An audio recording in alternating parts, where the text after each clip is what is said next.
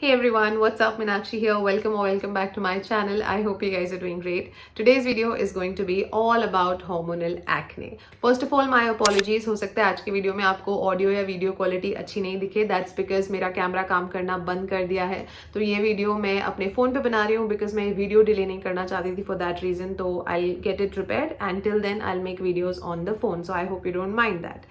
Now this topic I felt deserved a lot of attention by almost all of you because मैंने कई बार आप लोगों के questions भी पढ़े हैं और मैं पर्सनली भी इस प्रॉब्लम से जा चुकी हूँ कि जब भी हम कोई टॉपिकल या एक्सटर्नल ट्रीटमेंट्स या सेरम्स या कुछ भी लगा के अपने एक्ने को क्योर करते हैं तो वो एक्सटर्नली तो ठीक हो जाते हैं but there is a reason why they keep coming back again and again and again. For example, I for one I am a skin care junkie. I must have like easily 100 products at home. I know what to use, what not to use, but still what happens is कि मेरे खुद के hormonal acne मैं treat नहीं कर पा रही हूँ क्योंकि क्या होता है कि आप कभी भी मेरे वीडियोस में देखोगे आपको यहाँ पे ज्यादा कुछ नहीं दिखाई देगा बट मेरे जॉ लाइन पे हमेशा एक्ने पिंपल्स होते हैं, उनके निशान भी रहते हैं, आपको अभी भी दिख रहे होंगे.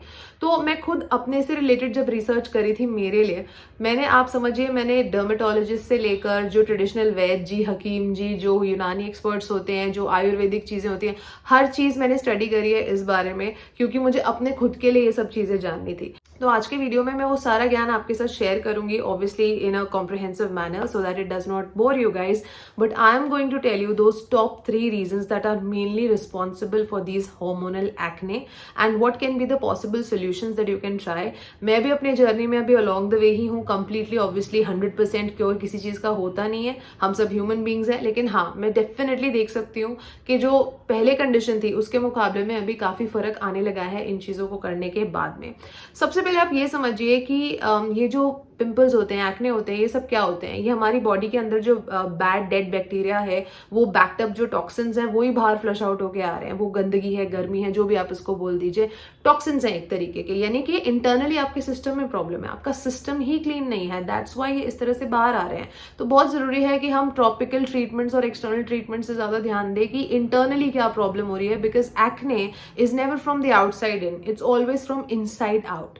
ये इतना जितना स्किन के ऊपर दिखता है उससे 3 गुना ज्यादा स्किन के अंदर होता है वो इन्फेक्शन. सो आज के वीडियो में हम इस प्रॉब्लम को ट्रेस करने की कोशिश करेंगे. आज के वीडियो में कोई प्रोडक्ट रिकमेंडेशंस नहीं होंगे, लेकिन अगर आप एक्ने से रिलेटेड प्रोडक्ट्स के बारे में जानना चाहते हैं, स्किन केयर रूटीन के बारे में या डूज एंड डोंट्स इस तरह का कुछ भी देखना चाहते हैं तो मेरे चैनल पे आपको प्लेंटी ऑफ वीडियोस मिल जाएंगे. मैं उनके लिंक्स नीचे डाल दूंगी for your convenience if you want to, या फिर आप सर्च भी कर सकते हो.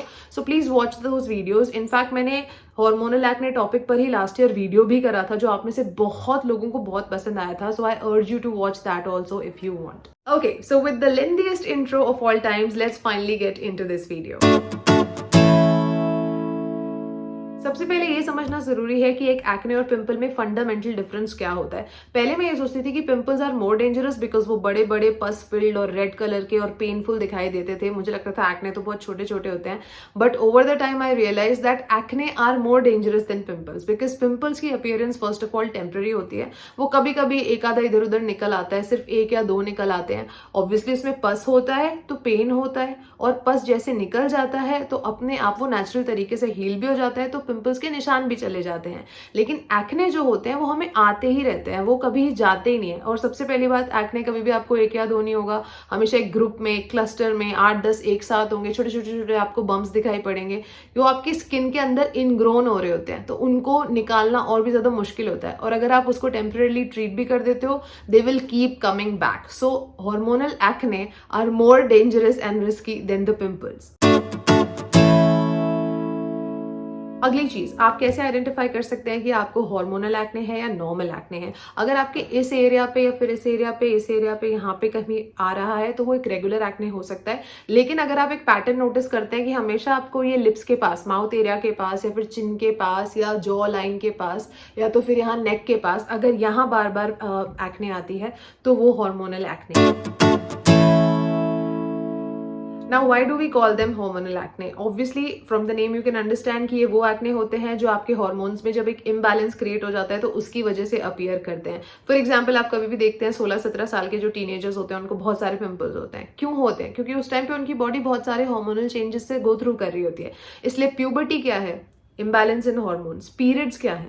इम्बैलेंस इन हॉर्मोन्स. इनफर्टिलिटी इश्यूज हैं, हाई ब्लड प्रेशर है, आपको फाइब्रॉइड्स हैं, आपको थायराइड है, पीसीओएस है, ये सब क्या है? Your hormones are not balanced. They are creating a havoc inside your body during this phase of your life, and that's why you're getting these hormonal acne during that period. Now let's talk of the 3 main reasons as to why you may have hormonal acne and what you can possibly do about it as a solution. सबसे पहले आप ये समझिए कि maximum जो हमारे skin problems होते हैं, more than 70% of it is related from your stomach. तो अगर आपके इंटेस्टाइन्स हो गए, लिवर हो गया, आपका डाइजेस्टिव सिस्टम है, ये ठीक से काम नहीं करता है, तो आपको हार्मोनल एक्ने आना तय है. जैसे मैंने आपको बताया कि मैंने इतने सारे लोगों को कंसल्ट किया था मेरी प्रॉब्लम के लिए भी, तो इट ऑल जो मुझे कंक्लूजन में मिला, it all boils down to the fact that your liver और digestive system is not working properly, and that's why you develop these deep rooted lesions from inside the skin and they appear as hormonal acne on your face. Reason number 1 is indigestion. अगर आपका digestive system proper नहीं है, आपको अच्छे से खाना digest नहीं होता, इसकी कई निशानियां होती हैं. अगर आप कॉन्स्टिपेटेड रहते हैं हमेशा, तो कॉन्स्टिपेशन क्या है, आपकी बॉडी के अंदर वो सारे टॉक्सिन्स बैक्ड अप होके ही रहते हैं, डेड बैक्टीरिया बन जाता है, वो गुड बैक्टीरिया को भी किल कर देता है, इसलिए आपको एक हार्मोनल एक्ने की अपीयरेंस होने लगती है इसके साथ साथ. सिमिलरली कोई भी ऐसा खाना जिसको डाइजेस्ट करने में हमारी बॉडी का जो डाइजेशन सिस्टम है उसको बहुत एफर्ट लगाना पड़ रहा है, that means it is not easily digestible, right. That's why आप क्या कर सकते हैं, आप इस तरह के खाने खाइए जो इजीली आप डाइजेस्ट कर सकते हैं. फॉर एग्जांपल, अगर आप ऐसे फूड्स खाते हैं लाइक नॉन वेज या जो बहुत स्पाइसी हो, जिनकी तासीर बहुत हॉट होती है, बहुत ज्यादा हॉट एंड स्पाइसी खाना खाते हैं आप, या बहुत ज्यादा मैदा बेस्ड खाना खाते हैं, मोमोज खाते हैं, नूडल्स खाते हैं, तो मैदा वगैरह जो होता है ये सब डाइजेस्ट करने के लिए हमारे सिस्टम पे बहुत प्रेशर पड़ता है. In fact you will be surprise to know कि जो आप एक सिंगल ब्रेड का स्लाइस खाते हो ना, जो व्हाइट वाली ब्रेड होती है, उसको पचाने के लिए आपके सिस्टम को पूरे 3 हफ्ते लगते हैं. जो हल्की सी वो ब्रेड होती है, पूरे 3 हफ्ते लगते हैं हमारी बॉडी के अंदर उसको डाइजेस्ट होने के लिए. तो आप कोई भी इस तरह का अगर खाना खा रहे हैं जो आपके डाइजेस्टिव सिस्टम के लिए डिफिकल्ट है टू डाइजेस्ट, जो हल्का नहीं है, जो आपके लिए न्यूट्रिशियस नहीं है, तो डेफिनेटली आपकी बॉडी इस तरह के सिग्नल्स आपको देती है कि कभी कॉन्स्टिपेशन होना या रेगुलरली आप टाइम पे फ्रेश नहीं हो पाते हो, तो ये भी साइन ऑफ इंडाइजेशन होता है. इन सबसे होता क्या है कि आपकी बॉडी के अंदर जो पित्त दोष होता है वो बढ़ जाता है, जिसके बारे में आप काफी रिसर्च भी कर सकते हो. आयुर्वेदा में इसका बहुत मेंशन है. पित्त दोष बढ़ने की वजह से हमारे फेस पर हार्मोनल एक्ने बार बार आते रहते हैं. अब बात करते हैं इसका सोल्यूशन क्या है. सोल्यूशन इसका ये है कि नंबर 1, आप ऑब्वियसली ऐसा खाना खाइए जो आपकी बॉडी इजीली डाइजेस्ट कर सकती है. मैं आपको वेट लॉस पर्सपेक्टिव से नहीं बोल रही हूँ कि आपको हर चीज कट डाउन करनी पड़ेगी, लेकिन obviously it's a good idea to eat as many raw vegetables और फ्रूट्स और सैलेड्स और juices and those kind of things, ताकि आपकी बॉडी उनको इजीली डाइजेस्ट कर पाए. नंबर 1. नंबर 2 इज दैट कि आपको इफ पॉसिबल हर हफ्ते या 15 दिन में एक बार डिटॉक्स डाइट या डे रखना चाहिए, जिस दिन आप सिर्फ थोड़ा सा फास्ट कर सकते हैं आप, या फिर आप सिर्फ एक लिक्विड डाइट ले सकते हैं, आप एक जूसेस या फ्रूट्स ले सकते हैं.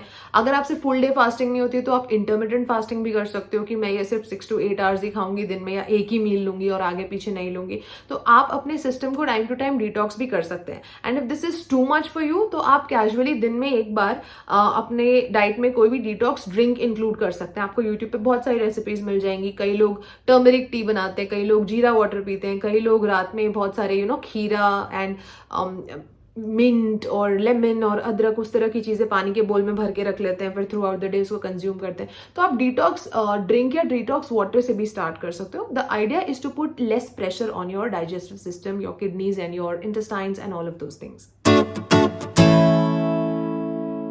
Most common reason number 2 is related to your liver. So the problem of fatty liver. आपने कई बार देखा होगा जो लोग बहुत ओवरवेट होते हैं या फिर जो अल्कोहल बहुत पीते हैं, तो उनको लिवर रिलेटेड ये प्रॉब्लम हो जाता है, फैटी लिवर हो जाता है बेसिकली. तो यही आपने यहाँ पे भी करना है कि आपने ऐसी चीजें कंज्यूम करनी है जो आपके लिवर पे बहुत ज्यादा लोड नहीं डाल रही हो. अगर आप अल्कोहल पीते हैं तो प्लीज उसका इंटेक कम कर दीजिए, वो इन जनरल भी एडवाइजेबल है. दूसरी चीज क्या है कि अगर आप इस तरह के फूड आइटम्स अपनी डाइट में इंक्लूड करते हैं जो लाइसिन बेस्ड होते हैं, for example beetroot, bitter gourd, cabbage, या बेसिकली जो भी ये सब कड़वी चीजें होती हैं, जैसे थोड़ी जो लेस प्लेजेंट टू ईट होती हैं, जैसे कि लौकी हो गई, करेला हो गया, मिंट हो गया, इस तरह के जो चीजें होती हैं, या आयरन रिच पालक हो गया, इस तरह की चीजें अपनी डाइट में डालेंगे जो super rich in iron and calcium होती हैं और ऑल्सो मेनली लाइसिन बेस्ड होती हैं. तो ये हार्मोनल एक्ने में काफी हद तक हेल्प करती हैं. यहाँ पर भी अगेन आपको वंस इन अ वीक या वंस इन 15 डेज आप डिटॉक्स ड्रिंक्स भी ले सकते हैं इस तरह के. अगर आप पूरी डाइट रिप्लेस नहीं कर सकते हो तो दिन में आप एक बार लौकी का जूस या पालक का का जूस, ऐसा लेना शुरू कर दो, अपनी स्मूदीज में डालो। तो mainly the idea is to purify your blood. अगर आपके फैटी लिवर का प्रॉब्लम है आपको, तो उसका एक ही तरीका है उसको टारगेट करने का कि आप अपने ब्लड को प्योरीफाई करें। और उसे जो नेचुरल तरीका है प्योरीफाई करने का वो यही है कि या तो आप लाइसिन बेस्ड फूड आइटम्स खाइए, आप इनको गूगल पे रिसर्च भी कर सकते हैं, या फिर आप जो आयुर्वेदिक टॉनिक्स होते हैं कई सारे, जो रिलायबल ब्रांड्स के आपको कई बाहर मार्केट में मिल जाएंगे, जो डिटॉक्स टॉनिक्स होते हैं एक तरीके के, उनसे भी, या ब्लड प्यूरिफाइंग टॉनिक्स होते हैं, उनको भी लेकर आपको काफी फायदा हो सकता है। The whole idea is to purify your blood because it's your blood that is responsible to deliver all this nutrition across all over your body. So आपके सारे ऑर्गन्स में ऑक्सीजन को लेके ये ट्रैवल करती है। तो फिर इसलिए बहुत इंपॉर्टेंट है कि आपका ब्लड प्योरीफाइड रहे from time to time. Coming to the third and the last reason responsible for it can be an underlying medical condition जिसके बारे में आपको या तो पता नहीं है या आपका ध्यान नहीं गया। कई बार क्या होता है, आपको थायराइड हो सकता है आपको कोई इनफर्टिलिटी इश्यूज है, हो सकता है आपको गुस्सा बहुत आता है, आपका हाई बीपी का प्रॉब्लम है, आपको ओबेसिटी का प्रॉब्लम है, आपको पीरियड्स में पीएमएस का प्रॉब्लम है, या फिर आपको एक्सेसिव वेट गेन है, ओबेसिटी का प्रॉब्लम है, या फिर मोस्ट कॉमन जो रीजन है आपको पीसीओएस का प्रॉब्लम है। अब पीसीओएस क्या होता है, हम जो इतनी सारी गर्ल्स होती हैं, हम कभी ऑफिशियली डॉक्टर के पास जाके इसको चेक नहीं कराती हैं टेस्ट में, लेकिन आपको जान के हैरानी होगी कि हमारी कंट्री में more than 55% of the female are diagnosed with the symptoms of it. By symptoms I mean, अगर आपने इसको ऑफिशियली कहीं चेक नहीं भी कराया तो भी अभी आप कुछ सिम्टम्स अपने अंदर नोटिस कर सकते हैं। फॉर एग्जाम्पल, अगर आपको सिस्टिक एक्ने बहुत ज्यादा होता है, या फिर आपको ईटिंग डिसऑर्डर्स हैं, यानी कि आपके पैटर्न्स बहुत ही इम्बैलेंस है। अगर आपको भूख नहीं लगती तो बिल्कुल भूख नहीं लगती, भूख लगती है तो इतनी ज्यादा कि आप खाए चले जा रहे हैं, या फिर फूड से रिलेटेड आपको मूड स्विंग्स होने लगे हैं, या तो फिर आपको ये जो चिन एरिया है, इस एरिया के आसपास हेयर ग्रोथ हो रही है, या फिर आपको एक्सेसिव वेट गेन ही होता रहता है हमेशा। तो ये कुछ सिम्टम्स होते हैं जिससे आप समझ सकते हैं शायद आपको पीसीओएस है। अब इसका इलाज क्या है? यहाँ पे आप क्या कर सकते हैं कि आप खुद को एक्सरसाइजेस में इंडल्ज करें। आपको डॉक्टर्स भी हमेशा एडवाइस करेंगे अगर पीसीओएस है तो आप एक्सरसाइज करो। मेनली रीजन क्या है, जब हम एक्सरसाइज करते हैं ना, तो और वो ऐसे नहीं कि लेजर वॉकिंग की बस हल्का सा ऐसा वॉक या योगा या हिल लिए थोड़ा सा, आपको ऐसी एक्सरसाइज करनी पड़ेगी जिससे आपको थोड़ी सी स्वेटिंग हो। तो वॉक भी कर रहे हैं तो ब्रिस्क वॉकिंग कर रहे हैं, लेजर वॉकिंग नहीं करें। योगा कर रहे हैं तो भी थोड़ा इंटेंस करें। बेसिकली भले 15 मिनट करें, पर आपकी जो फिजिकल एक्टिविटी है, जो एक्सरसाइज है, वो इतनी होनी चाहिए कि उससे आपकी बॉडी थोड़ा सा स्वेट रिलीज करे। Because the idea is to open those clogged sweat glands, those pores, उनको ओपन करना बहुत जरूरी है। जितना अच्छे से आप स्वेट करेंगे, एक्सरसाइज करेंगे, तो धीरे धीरे आपके प्रॉब्लम्स भी टैकल होते रहेंगे एंड अल्टीमेटली आपकी एक्ने की सिचुएशन भी बेटर होगी। Also with exercise what happens is your hormonal responses also change because your metabolic responses changes to these hormones ultimately helps you to balance these hormones. ये थे वो 3 main reasons जिसकी वजह से आपके हार्मोन में इम्बैलेंस होता है और उसकी वजह से आपको हार्मोनल एक्ने होती हैं। Now, apart from this information, I would also like to share a few personal tips with you that have helped me, and I believe that may help you also. ये मेरे personal suggestions हैं। सबसे पहली चीज ये कि हम में एक एज के बाद जाके, स्पेशली अगर आप अपने अर्ली 30s या लेट 20s में हैं, मेनली अगर आप अपने अर्ली 30s या मिड 30s में है ना, तो हमारी विमेन की जो बॉडी होती है, हमारे में विटामिन डी या बेसिकली ओवरऑल विटामिन की हमारे अंदर डेफिशिएंसी होती जाती है। तो अगर आप कोई रिलायबल ब्रांड के विटामिन डी के नेचुरल सप्लीमेंट्स लेना शुरू कर सकते हैं, तो that will also be a good idea, provided those are not synthetic ones and those are as natural as possible. उस तरह के रिलायबल सोर्स से अगर आप विटामिन डी के सप्लीमेंट्स ले सकते हैं इस डेफिशिएंसी को किल करने के लिए, तो वो भी आपको काफी हेल्प करती है आपके हार्मोनल हैवॉक को बैलेंस करने के लिए। दूसरी चीज ये कि कई बार एक्ने को कंट्रोल करने के लिए कुछ ऐसे डॉक्टर्स होते हैं जो हमें बर्थ कंट्रोल पिल्स वगैरह एडवाइस करते हैं। उससे क्या होता है, टेम्परेली हमारे एक्ने पिंपल्स बैठ जाते हैं तो हम भी खुश, तो हम हर बार बर्थ कंट्रोल पिल्स लेते चले जाते हैं। पर ये बिल्कुल गलत है, क्योंकि उस टाइम पे आपको वो इफेक्ट दिखता है, लेकिन उसके कुछ साल बाद आने वाले टाइम में आपकी बॉडी के अंदर इतने प्रॉब्लम्स कोई ना कोई होने शुरू हो जाते हैं जो आपको बहुत बाद में पता चलते हैं। तो ये बिल्कुल गलत बात है। अगर आप बर्थ कंट्रोल पिल्स या कॉन्ट्रासेप्टिव पिल्स लेते हैं to tackle your acne issue, then stop doing that. अगली चीज ये कि जो लोग बहुत ज्यादा एलोपैथी करते हैं, यानी कि एंटीबायोटिक्स वगैरह बहुत ज्यादा आप लेते हैं, छोटी छोटी बात पे एलोपैथी दवाइयां खाते रहते हैं, वो दवाइयां भी आप जब तक पॉसिबल हो अवॉइड करें। एटलीस्ट मैं करती हूँ, क्योंकि उससे भी हमारे हार्मोन्स, जो आपने सुना होगा, हमारी बॉडी में एंड्रोजन होता है, एस्ट्रोजन होता है, टेस्टोस्टेरोन होता है, वो सबका एक प्रपोर्शन होता है और जैसे आपने कोई दवाई ली तो वो डिस्टर्ब हो जाता है। तो जब तक पॉसिबल है तो एलोपैथिक दवाइयों के लेने के ज़्यादा डिपेंडेंट है, यूज टू है, तो उस आदत को थोड़ा सा चेंज कीजिए। नंबर 3, आप कुछ दिनों के लिए डेयरी बेस्ड प्रोडक्ट्स मत खाइए, जैसे कि दूध से बनी चीज़ें होती हैं, पनीर वगैरह होती है। Curd is an exception, but try अगर आप कुछ दिन ये एक्सपेरिमेंट कर सकें कि डेयरी प्रोडक्ट्स आप अपनी डाइट से निकाल सकें। दूसरा, ग्लूटेन फ्री प्रोडक्ट्स अगर आप यूज़ कर सकते हैं, जैसे कि कई लोग जैसे ग्लूटेन ऐसा हमारा जो नॉर्मल आटा होता है, घर में खाना बनाने का आटा होता है, उसमें या ब्रेड्स में, इन सब में ग्लूटेन होता है बहुत ज्यादा, दूध में भी होता है।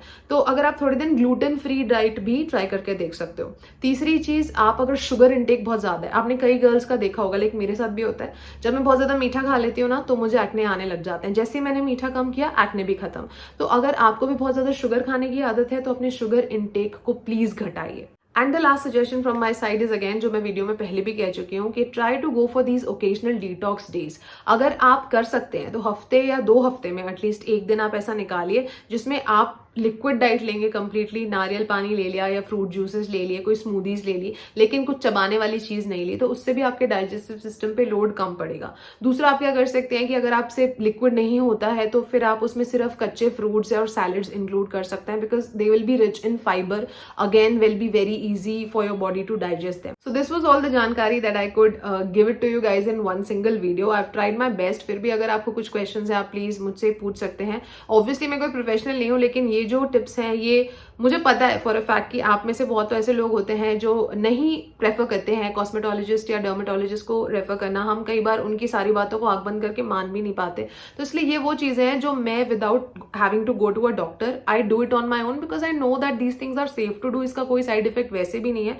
तो completely on the basis of my experience and my research और मेरी स्किन पे जो मैं फर्क देखती हूँ वही चीज मैं आपको आगे बताती हूँ। तो आपको भी प्लीज अगर सही लगता है तो आप भी इसमें से सारे टिप्स यूज करके देख सकते हैं और अपना एक्सपीरियंस हमारे साथ शेयर भी कर सकते हैं।